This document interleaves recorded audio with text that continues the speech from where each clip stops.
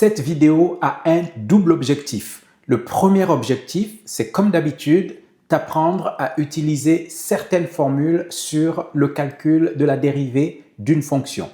Et le deuxième objectif, c'est de t'inviter vraiment à aller jusqu'au bout de ta tâche, d'accord? Donc, jusqu'au bout du travail, du calcul de la dérivée et on va le voir ensemble ici dans ces trois exemples que je te propose. Alors, dans le premier exemple, tu as la fonction f de x qui est égale à 1 tiers de x à la puissance 9, d'accord? Et le but ici, c'est de calculer la dérivée. Alors, comme d'habitude, il va falloir trouver quelle est la bonne formule à utiliser. Alors, ici, tu es sur la piste avec le x à la puissance 9. Donc, la bonne piste, c'est celle-ci qu'il faut suivre. Donc, on va avoir une fonction ici, x à la puissance n, d'accord? Et lorsqu'on dérive x à la puissance n, je mets le prime ici, ça va nous donner n, donc on descend la puissance n, qu'on va multiplier par x à la puissance n moins 1, d'accord? Voilà la formule qui va être utilisée dans le cadre de cette dérivée. Alors, finalement, qu'est-ce que ça va nous donner ici? Donc, on va avoir le rappel de notre fonction f de x qui est égal à 1 tiers de x à la puissance 9. Donc, si je cherche f' de x, qui est la fonction dérivée de f, ça va être quoi? Je garde ici mon coefficient, d'accord? Ce coefficient ici, je le garde. Donc, ça va être ici 1 tiers que je vais multiplier par la dérivée de x à la puissance 9, d'accord? Je vais dériver ici x à la puissance 9. La règle dit que je descends la puissance. Donc, je vais mettre ici fois 9, multiplié par, je remets le x, à la puissance n moins 1. Donc, je vais prendre ici 9 moins 1. Et ça va me donner quoi? Ça va me donner 1 tiers multiplié par 9, x à la puissance 9 moins 1, ça fait 8. Alors, quand je dis qu'il faut que tu ailles au bout de ton travail, c'est maintenant qu'il faut être vigilant.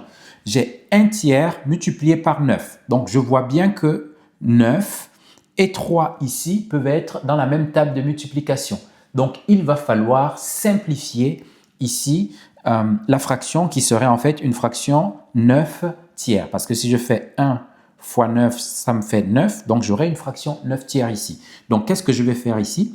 Je vais garder le 1 tiers et le 9, je vais le décomposer en 3 fois 3. Donc, le tout multiplié par x à la puissance 8. Donc, je vais barrer un 3 au numérateur et un 3 au dénominateur. Donc, il va me rester quoi? Il va me rester 1 fois 3, ça me fait 3.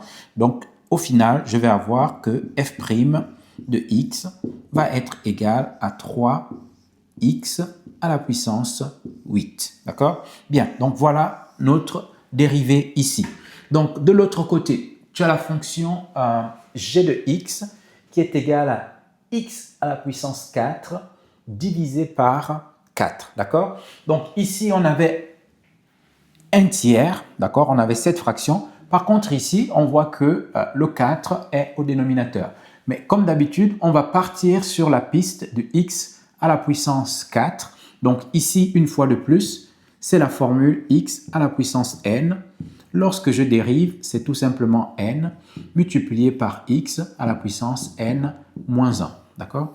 Donc voilà la formule qu'on va une fois de plus utiliser ici. Alors ici, comment ça va s'articuler?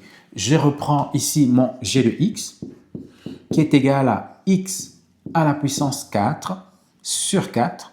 Donc, si je cherche la fonction dérivée qui s'appelle g' de x, ça va être quoi? Ça va être, on fait attention à ce coefficient ici, c'est 4. D'accord? Plutôt ce dénominateur ici qui est 4. Donc, ici, c'est comme si j'avais la fraction 1 sur 4. Donc, je vais écrire ici que ça fait 1 sur 4. Multiplié par quoi? Par la dérivée de x à la puissance 4. X à la puissance 4, on a dit qu'on fait descendre la puissance, donc c'est le 4 ici qui va descendre, qu'on va multiplier par x à la puissance 4 moins 1. Donc, qu'est-ce que ça va me faire ici? Ça va me faire 1 quart multiplié par 4 multiplié par x à la puissance 4 moins 1, ça fait quoi? Ça fait tout simplement 3. Donc, j'ai le 4 ici au numérateur et le 4 ici au dénominateur. Une fois de plus, c'est ce que je voulais te faire remarquer. Il faut aller jusqu'au bout de ton travail. Il y a parfois des simplifications de fractions à faire. Donc ici, je barre le 4 au numérateur et je barre le 4 au dénominateur. Qu'est-ce qui me reste? Il me reste tout simplement x au cube. Donc ici, on va dire que g' de x est égal à x au cube. Bien, j'entoure ce résultat. Alors, venons-en maintenant à la dernière fonction ici. K de x est égal à 4 racine carrée de x moins 1 demi. Donc, c'est la racine carrée de x ici qui va te mettre sur la piste de la bonne formule. Alors, comment on dérive la fonction racine carrée de x? Donc, je mets ici racine carrée de x', c'est égal à quoi? C'est égal, tu as vu en cours que c'est 1 sur 2 racine carrée de x. Et j'entoure cette formule ici. Donc, voilà la formule qu'on va utiliser. Maintenant, on va devoir l'appliquer ici. Je rappelle que mon k de x, ici, c'est égal à 4 racine carrée de x moins 1 demi. D'accord? Moi, je cherche sa fonction dérivée qui va s'appeler k' de x. Ça va être égal à quoi? Je garde le coefficient 4. Donc ici, j'écris 4. Je vais maintenant chercher la dérivée de racine carrée de x. Et j'ai dit que c'est quoi? C'est 1 sur 2 racine de x. Donc, je vais multiplier ici par 1 sur 2 racine de x moins la dérivée de 1 demi. 1 demi, c'est une constante. Et la dérivée d'une constante est égale à 0. Donc, je mets ici 0. Donc, finalement, k' de x va être égal à quoi? Ça va être égal à 4 fois 1 sur 2 racine de x. Maintenant, ici, il faut que tu sois vigilant.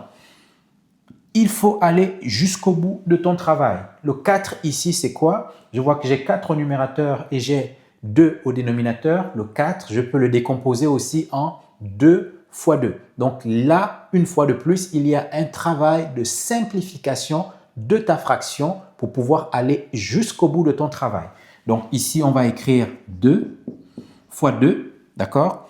Fois 1, si on veut, on remet le 1 sur 2 racine de x. Donc, je barre 1, 2 au numérateur et 1, 2 au dénominateur. Qu'est-ce qui va me rester ici? 2 fois 1, ça me fait 2. Donc, il va me rester 2 sur la racine carrée de x. D'accord? Donc, on va dire que k' de x est égal à 2 sur la racine carrée de x. Donc, tu as compris que chaque fois que tu fais un calcul de dérivée, tu dois être vigilant lorsqu'il y a des fractions pour pouvoir simplifier ces fractions et ça veut dire aller jusqu'au bout de ton travail. Alors, j'espère que cette vidéo t'a plu. Je t'invite alors à la liker, également à la partager à une autre personne qui serait intéressée par ce type de contenu. Et surtout, je te rappelle que dans mon compte, il y a d'autres vidéos qui traitent des dérivés et qui te montrent comment appliquer différentes formules. Et je te dis à très bientôt dans une prochaine vidéo.